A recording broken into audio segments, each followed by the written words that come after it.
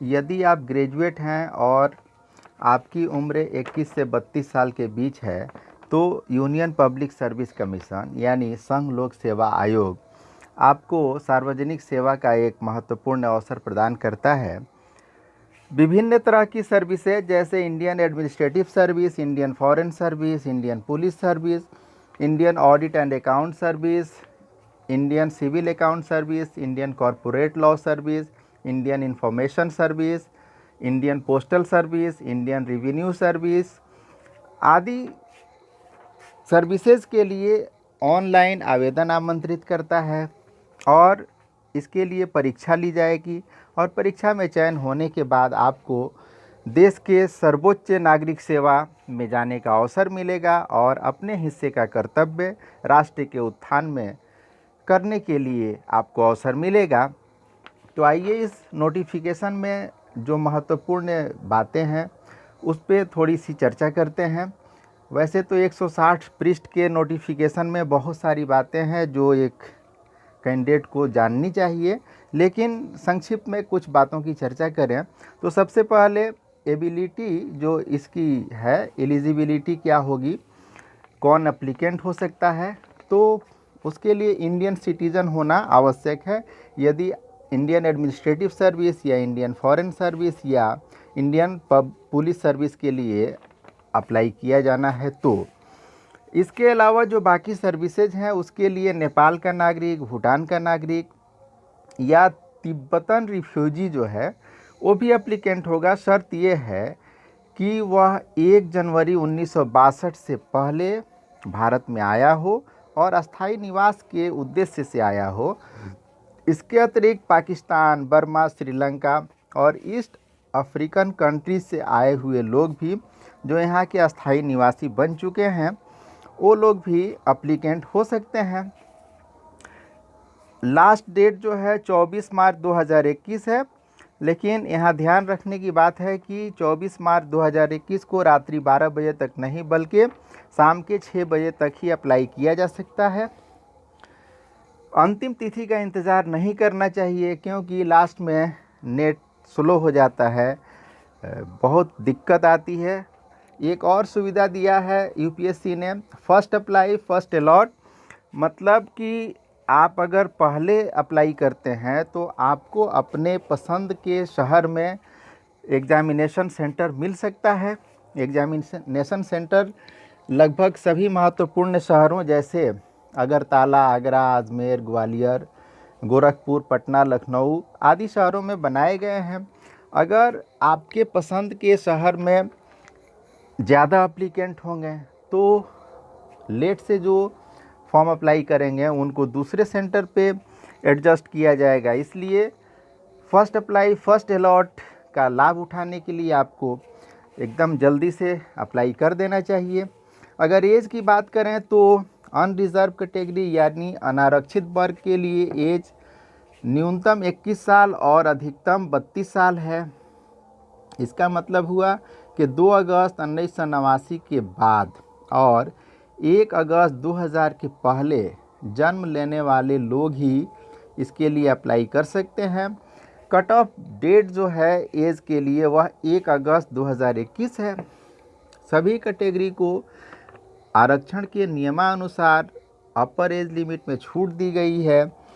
अगर schedule caste, schedule tribes के candidate हैं तो उनको 5 ईयर अपर एज रिलैक्सेशन मिलेगा, यानी 37 साल की एज तक वो लोग अप्लाई कर सकते हैं। बैकवर्ड क्लास के लोगों को 3 ईयर अपर एज रिलैक्सेशन मिलेगा, यानी 35 साल की उम्र तक वो अप्लाई कर सकते हैं। और किसी भी कैटेगरी के अगर दिव्यांग हैं तो उन्हें 10 ईयर एज रिलैक्सेशन मिलेगा अपर एज लिमिट में, यानी 42 साल की उम्र तक दिव्यांगजन अप्लाई कर सकते हैं। अटेम्प्ट इसमें लिमिटेड होता है, कैटेगरी वाइज अटेम्प्ट इसमें निर्धारित है। अनरिजर्व कैटेगरी के लोग मैक्सिमम 6 अटेम्प्ट ले सकते हैं, यानी 6 बार परीक्षाएं दे सकते हैं। अगर शेड्यूल कास्ट, शेड्यूल ट्राइब्स के लोग हैं तो वह अनलिमिटेड अटेम्प्ट ले सकते हैं, उनके लिए अटेम्प्ट की कोई बाध्यता नहीं है। अगर ओबीसी कैटेगरी के लोग हैं तो उनके लिए 9 अटेम्प्ट लिमिटेड है। और डिसेबल लोग अगर हैं चाहे वो जनरल कैटेगरी के हों या इकोनॉमिकली वीकर सेक्शन के हों या ओबीसी के हों, तो उनके लिए भी 9 अटेम्प्ट लिमिटेड है। अगर फ़ी की बात करें तो जनरली फ़ी 100 रुपीज़ है सबके लिए, लेकिन कुछ लोग इससे एग्जेम्प्टेड हैं। एग्जेम्प्टेड का मतलब कि उन्हें फ़ी नहीं देना है, फ़ी में उनको छूट दी गई है। ऐसे लोगों में किसी भी वर्ग की महिला हो तो उसको फ़ी नहीं देना होगा। शेड्यूल कास्ट, शेड्यूल ट्राइब्स हों या डिफरेंटली एबल्ड या दिव्यांग हों तो उन्हें भी फ़ी नहीं देना होगा, बाकी लोगों को फ़ी देना होगा। और फ़ी का पेमेंट एसबीआई के किसी भी ब्रांच में किया जा सकता है। इसके लिए ऑनलाइन फ़ी भी दिया जा सकता है, ऑफलाइन भी दिया जा सकता है। ऑनलाइन फ़ी ट्रांजैक्शन के लिए वीज़ा या मास्टर कार्ड या रुपे कार्ड या क्रेडिट कार्ड, डेबिट कार्ड कुछ भी दिया जा सकता है। कैश में भी पेमेंट हो सकता है। डॉक्यूमेंट्स की बात है तो कोई डॉक्यूमेंट इसके लिए रिक्वायर्ड नहीं है। किसी भी डॉक्यूमेंट्स को ऑनलाइन फॉर्म के संग अटैच नहीं किया जाना है। एग्ज़ाम पैटर्न की यदि बात करें तो प्रीलिम्स एग्ज़ाम में 2 पेपर होंगे, फर्स्ट और सेकेंड। दोनों पेपर में 200 क्वेश्चन होंगे, ऑब्जेक्टिव क्वेश्चन होंगे, मल्टीपल चॉइस क्वेश्चन होंगे, यानी बहुविकल्पीय प्रश्न पूछे जाएंगे। पेपर सेकेंड जो है यह क्वालिफाइंग नेचर का होगा। इसमें 33% नंबर लाना ही पर्याप्त होगा। मेरिट जो बनेगी वो पेपर फर्स्ट से बनेगी। जो लोग प्रीलिम्स एग्ज़ाम क्वालिफाई करेंगे उन्हें मेंस के लिए अलग से फॉर्म अप्लाई करना होगा। और मेंस एग्ज़ाम में 2 तरह के पेपर होंगे। पहला तो पेपर ए और पेपर बी क्वालिफाइंग नेचर का है। पेपर ए किसी भी इंडियन लैंग्वेज का होगा जो 300 नंबर का होगा, और पेपर बी इंग्लिश का होगा, ये भी 300 नंबर का होगा। इन दोनों पेपर्स में सिर्फ क्वालिफाई करना आवश्यक होगा। इस मार्क्स को मेरिट बनाने में काउंट नहीं किया जाएगा। और वैसे पेपर जिसकी मेरिट को काउंट किया जाएगा और जिसके आधार पे मेरिट बनाई जाएगी, उसमें पहला पेपर एसे का होगा। पेपर सेकंड, थर्ड, फोर्थ और 5 जो हैं ये जीएस के पेपर होंगे। और पेपर 6 और 7 जो होगा वो ऑप्शनल सब्जेक्ट्स का पेपर होगा। इस तरह 7 पेपर और सातों पेपर 250-250 नंबर के होंगे। इस तरह कुल 1750 नंबर का मेंस एग्ज़ाम होगा। और इसके बाद जो मेंस क्वालिफाई करेंगे उनको इंटरव्यू देना होगा। इंटरव्यू 275 नंबरों का होगा। इस तरह कुल नंबर जो है 2025 हैं और 2025 नंबर्स पे मेरिट बनेगी। प्रीलिम्स एग्ज़ाम में निगेटिव मार्किंग भी है, यानी क्वेश्चन का अटेम्प्ट गलत करने से, गलत आंसर देने से या एक क्वेश्चन का एक से ज़्यादा आंसर देने पे जिसमें एक सही भी हो तो भी वो गलत माना जाएगा। इसके लिए निगेटिव मार्किंग की जाएगी।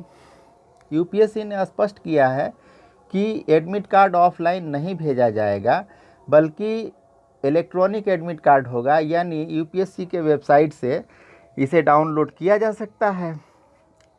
अप्लाई कैसे करें? तो इसके लिए यूपीएससी के ऑनलाइन पोर्टल पे जाना होगा, upsconline.nic.in पे, और उसी पे अप्लाई करना होगा। अप्लाई करने के लिए जो रिक्वायरमेंट है वो आपके पास ईमेल आईडी होना चाहिए, मोबाइल नंबर होना चाहिए और फ़ोटो आइडेंटिटी कार्ड होना चाहिए। फ़ोटो आइडेंटिटी कार्ड के रूप में Aadhaar card, voter card, PAN card, passport, driving licence या दूसरा कोई फ़ोटो आइडेंटिटी कार्ड जो स्टेट या सेंट्रल गवर्नमेंट के द्वारा जारी किया गया हो, उसका प्रयोग किया जा सकता है। यूपीएससी ने एक फैसिलिटेशन काउंटर भी बनाया है, यानी आपको फॉर्म भरने में किसी तरह की असुविधा हो, कोई बात समझ में नहीं आ रही हो, तो आप इस फैसिलिटेशन काउंटर पे संपर्क कर सकते हैं। सुबह 10 बजे से शाम के 5 बजे तक वर्किंग डेज में। इसका नंबर है 01123385271। दूसरा नंबर है 01123381125। तीसरा नंबर है 01123098543। तो ये एक अच्छा ऑप्शन है। इसका लाभ हर युवा वर्ग उठाना चाहेगा, क्योंकि हर युवा का सपना होता है संघ लोक सेवा आयोग के माध्यम से भारत के सर्वोच्च प्रशासनिक सेवा में अपने लिए एक जगह तलाशना। इंडियन एडमिनिस्ट्रेटिव सर्विस की बात करें तो पहली पोस्टिंग एसडीओ रैंक पे होती है और प्रमोशन के बाद सर्वोच्च नौकरशाह के पद तक पहुंचना संभव होता है। कुल वैकेंसीज़ की बात करें तो 712 वैकेंसीज़ हैं। वैकेंसीज़ लगातार कम होती जा रही हैं, लेकिन फिर भी 712 कम नहीं है और ये वैकेंसीज़ घट बढ़ सकती है। भविष्य में सरकार अगर कोई निर्णय लेती है तो इस वैकेंसी में बदलाव भी संभव है। परीक्षा की तिथि भी घोषित है, 27 जून 2021 को परीक्षा होनी है। 27 जून 2021 का मतलब है कि पर्याप्त समय भी है आपके पास तैयारी करने के लिए। मैं आशा करता हूं कि आप लोग ज़रूर इस अवसर का लाभ उठाएंगे और संघ लोक सेवा आयोग की परीक्षा में फॉर्म भरने से पहले ज़रूरी है कि प्रीलिम्स और मेंस के जो परीक्षा पैटर्न है उसको जान लिया जाए और मेंस की तैयारी पहले होनी चाहिए, उसके बाद प्रीलिम्स का एग्ज़ाम देना चाहिए। ये बात इसलिए कह रहा हूँ क्योंकि इसमें अटेम्प्ट लिमिटेड है, तो अभी समय है और समय पे यदि तैयारी की जाए तो निश्चित रूप से सफलता मिलेगी। आपके सफलता की शुभकामनाओं के संग बहुत बहुत धन्यवाद। आशा है आप इस अवसर का लाभ जरूर लेंगे।